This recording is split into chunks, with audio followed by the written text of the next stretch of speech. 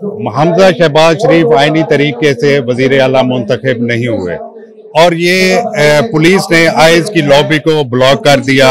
Speaker visitor gallery में बैठ के डिप्टी स्पीकर ने गैर आईनी तौर पर इंतखाब किया था। इस गेट को बंद कर इलेक्शन जो है वो किसी सूरत में भी काबिल कबूल नहीं है और ना ही इस इलेक्शन के नतीजे में। अब देखिए इन्होंने फ्लैटीज में इजलास कराया था, ये वहां भी वज़ीर आला बन गए थे, ये विजिटर गैलरी में भी बन गए, तो इसी तरह ये मॉडल टाउन में भी करवा गए तो फिर बन गए। तहरीक इंसाफ के रुकने सूबाई असेंबली वासिफ राना साहब हमारे साथ मौजूद हैं। सर ये बताइएगा पंजाब में क्या होगा? वजीर शहबाज वो कह रहे हैं हमजा शहबाज के मेरा हल्फ ही कोई नहीं ले रहा, और गवर्नर और सदर आईनी तरीके से उसको डिफेंड कैसे करेंगे और क्या होगा पंजाब?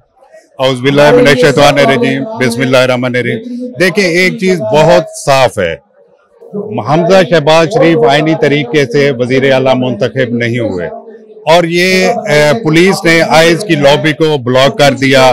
स्पीकर विजिटर गैलरी में बैठ के डिप्टी स्पीकर ने गैर आईनी तौर पर इंतखाब किया था, जिसकी हम पुरजोर मजम्मत करते हैं और पाकिस्तान तहरीक इंसाफ और पाकिस्तान मुस्लिम लीग कायद-ए-आज़म का यही स्टांस है।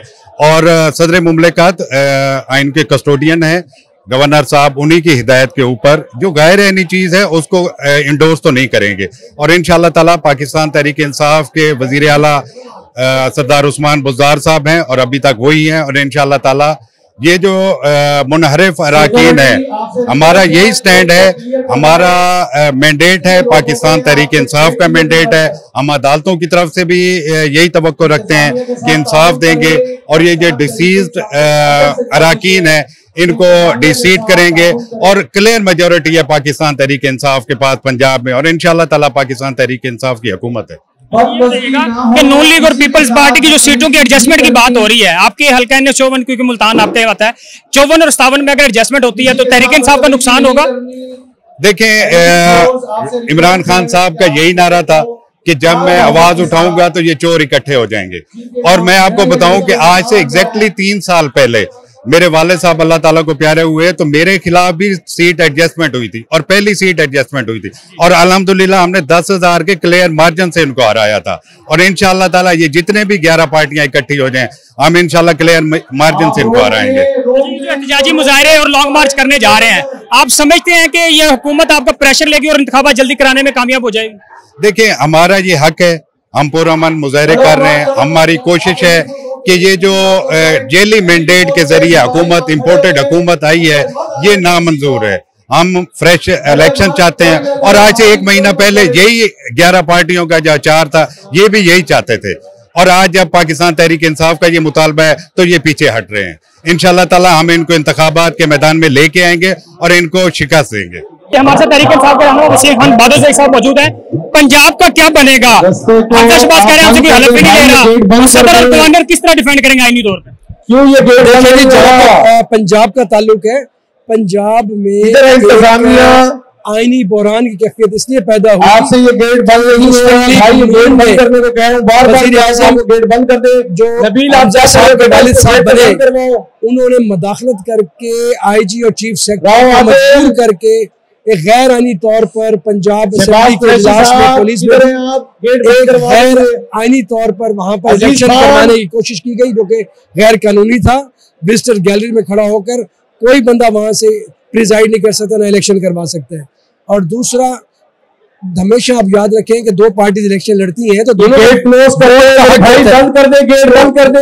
एलिट फोर्स रिक्वेस्ट है कि लोगों को हक दिया गया, गेट बंद किया। जिस दरवाजे से बाहर जाकर टेलर ने वहां काउंटिंग करनी थी आइस लॉबी में, उन्होंने जाना था तो उसको पुलिस ने आगे से रोक दिया और पीटीआई के लोग वहां वोट कास्ट नहीं कर सके, जिसकी वजह से बंद कर दे। जो दूसरे रास्ते वहां पे इस गेट को बंद कर, इलेक्शन जो है वो किसी सूरत में भी काबिल कबूल नहीं है और ना ही इस इलेक्शन के नतीजे में। अब देखिए इन्होंने फ्लैटीज में इजलास कराया था, ये वहां भी वज़ीर आला बन गए थे, ये विजिटर गैलरी में भी बन गए, तो इसी तरह ये मॉडल टाउन में भी करवा गए तो फिर बन गए। तो हल्फ का जो मामला है वो आईनी मामला है। गवर्नर ने ये देखना है कि क्या वो इलेक्शन जिसमें बहुत बड़ा एक सवालिया निशान लग चुका है और वो दरअसल इलेक्शन था भी नहीं, तो किस तरह उसको हल्फ दे दे। इस तरह तो फिर हर चौक पर, हर चौराहे पर मेंबरान इकट्ठे होकर और कहें कि जी हमने इलेक्शन करा दिया और फलां मुंतखब हो गए, उसको हल्फ दे दें। आखिरी बात ये बता दें कि अगर जैसे हाई कोर्ट में आई, उन्होंने दोबारा अपील कर दी है और हाई कोर्ट कह रही है कि आप वो लें, आईनी तौर पर आप इसको कैसे डिफेंड करेंगे अगर हाई कोर्ट भी कहता है, फिर आप लोग कहते हैं कि जी इंतखाबात हुए जाए? कोई अदालत पाकिस्तान की गवर्नर को और सदर को हिदायत जारी नहीं कर सकती, इंस्ट्रक्ट नहीं कर सकती, डायरेक्शन नहीं दे सकती। आईनी उनको ये इम्यूनिटी प्रोवाइड करता है। हल्फ का मामला गवर्नर का है, गवर्नर ने प्रेसिडेंट को लिखा है कर दे। अब प्रेसिडेंट पाकिस्तान गवर्नर को इसको वैसे ही होगा।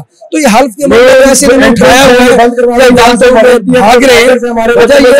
हल्फ तो हो ही नहीं सकता, अगर वो करवाएगा तो गैर आईनी और गैर कानूनी काम करेगा, क्योंकि जब इलेक्शन ही मुतनाज़े है तो किस तरह का हल्फ? इमरान खान की अगली गवर्नमेंट कब देख रहे हैं, इंतखाबात कब देख रहे हैं? सर जैसे ही इलेक्शन होंगे, जो मुझे लग रहा है स्टेज के बड़ी ईद से पहले इलेक्शन में देख रहा हूँ, और इन इलेक्शंस में आप आवाम का जोश और जज्बा देखें कि आज यहाँ पर 1000 बंदे को मुल्तान में मदऊ किया गया है और इस टाइम हजारों की तादाद में लोग अंदर भी हैं, बाहर भी मौजूद हैं। लिहाजा जो इलेक्शन जब भी होंगे, इमरान खान 2/3 मेजॉरिटी के साथ वापस स्टेज पे आ जाए। मौजूदा सूरत हाल से उनकी बात कर रहे थे।